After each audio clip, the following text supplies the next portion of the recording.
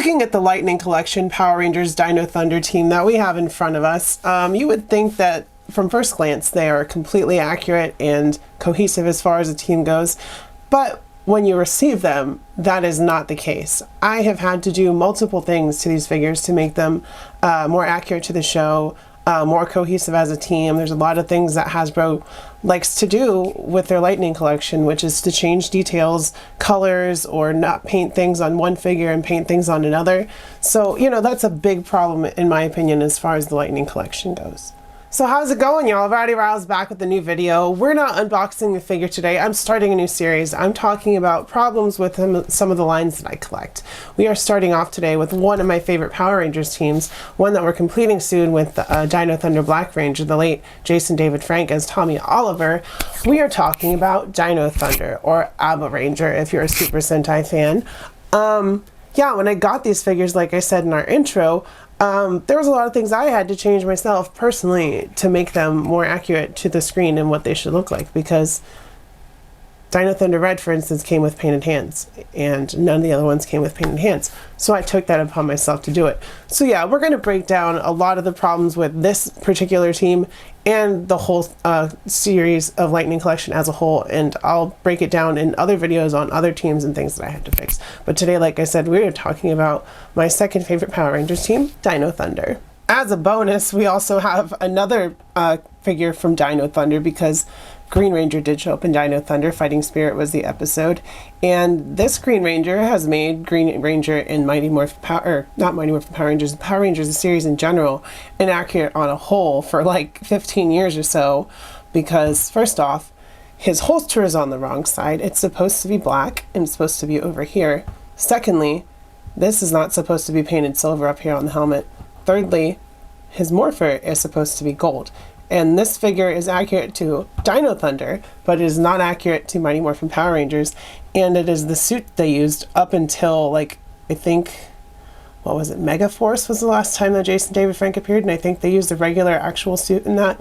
But yeah, this is the start of Dino Thunder, and it's inaccuracies, but it is fair on this figure, so it gets a pass. I just wanted to include it because that's how he looked in the show. So first, going over the accessories, you can see that we have two Thunder Sabers with two different shades of blue, two different shades of silver. I did paint the middles red and I did paint the gold accents on there, but I'm going to have to hit both of the blades with silver. And like I said, there's only two of them. Look at how different those blues are. There's only two of them because Kira doesn't come with one. She just comes with her blaster, and we'll get into those later because they're all different too. But I'm hoping at some point they'll release a Triassic Shield Red Ranger, and that he will have another saber for Kira to have, and I can just paint it to match the others. But yeah, we shouldn't be having to do that as far as quality control goes.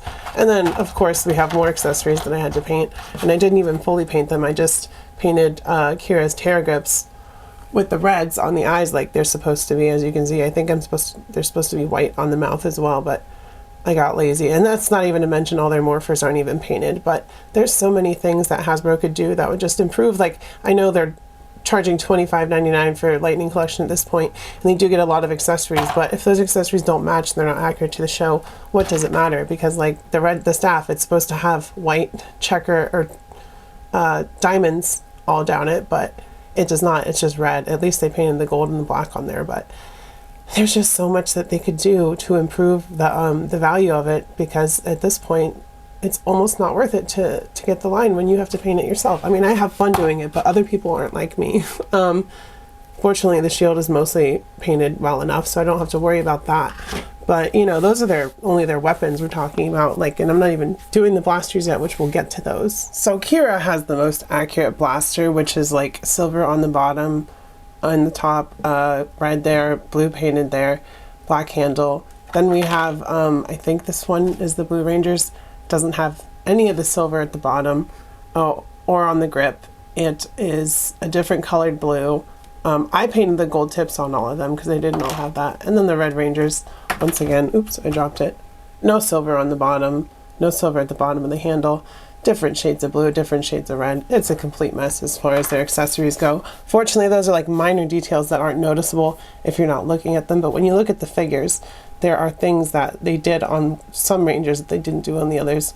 mainly their hands, which I painted all of the Blue Ranger's hands, all of the Yellow Ranger's hands, all of the Black Ranger's hands, because they were just complete yellow, complete blue, and you have to paint the diamonds because the Red Ranger came with the diamonds on all of his hands.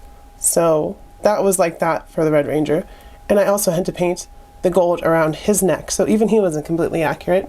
Plus his visor is silver. I tried to put white on it. It's still kind of on there, but it's supposed to be white around the trims of all 3 of the Rangers. Kira is the only one that has the white around her visor as you buy her, so she's the most accurate with the head sculpt, and she's also pinless, so that means that all these guys have these ugly pins sticking out, so I had to paint those white because she doesn't have any. And that also makes her arms less sturdy because Hasbro has not perfected it with the Lightning collection as far as female figures go. They feel really flimsy, and I'm always afraid they're going to break when I'm moving them around. So even that, she looks great, but like her head is super wobbly too. Like, look how easy that moves. And there's a lot of problems with the line in general. And the main concern is the lack of paint where it should be. Hands, inaccurate paint, like on the helmets. Like you can see that most of the white on the Blue Ranger is still there, but I had to paint his hands, I had to paint her hands, I had to paint the White Ranger's hands because he's got black diamonds. If it'll focus, black diamonds on his hands. So yeah, a lot of work put in. Oh, I didn't even I'll have to go into the White Ranger's helmet as well.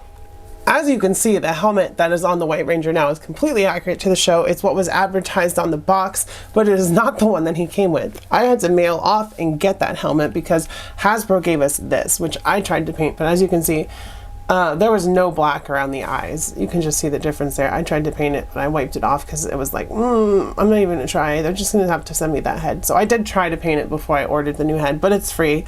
So I was like, what the heck, I'm just gonna grab it because that head looks so much better than this, because it was not advertised like this. The promo material all had the black around the eyes, and Hasbro was like, oh, no one will notice. Well, we noticed, but we appreciate that you fixed it. But there's a lot of things that should just be what a figure looks like in the box, that it is not how it translates, and we don't get the final product as it was advertised, and that's never okay, especially when it comes to like having a team and they're all supposed to look a certain way and they're not all accurate. That's really frustrating.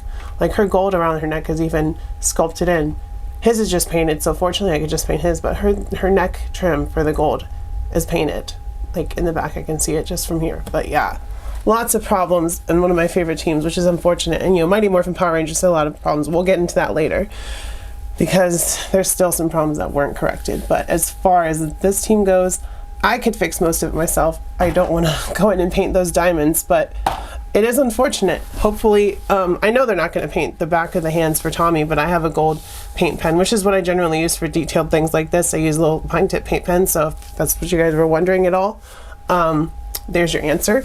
But yeah, I'm happy to have the whole team, don't get me wrong, other than Tommy, who will be getting soon, but it's unfortunate I had to do so much to fix them. So while I'm completely happy to have this team completed as far as like the future goes, Tommy's right around the corner, it is unfortunate that we have to put in so much effort into our toys to make them what they were supposed to be in the first place. You know, the pictures are there, the reference images are there. If not from Power Rangers, you can even go look at the Sentai and be like, oh, Abu Ranger, let me look that up. Wow, there's a lot of things that are different on these toys that, you know, that's what these are. They're budget toys for collectors, but they should still fully represent the figure. And that's one of my main problems with Lightning Collection, not even getting to the quality control and the way that the figures feel, and especially in the newer lines I've seen. Fortunately, I haven't run into those problems, but I also haven't gotten any of those newer figures yet. So, you know, it remains to be seen. I'm sure they'll reissue all these pinless at some point. It's Hasbro. They like making money.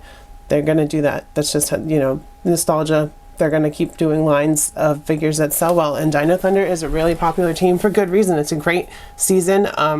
The Sentai is really different. For instance, the White Ranger doesn't turn good until like the very last episode. And even then it's like he dies at the end.